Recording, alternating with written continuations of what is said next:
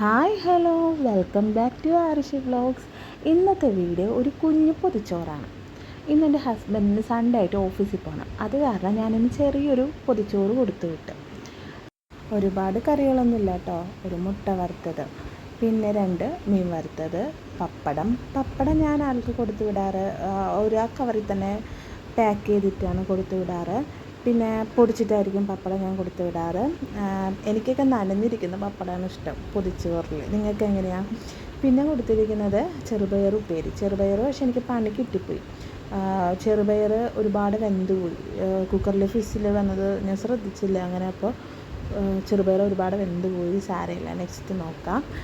ഇത്രയാണ് ഇന്നത്തെ പൊതിച്ചോറ്. ഇന്നത്തെ വീഡിയോയിൽ ഞാൻ ഇത്രയാണ് ഉൾപ്പെടുത്തിയിരിക്കുന്നത്.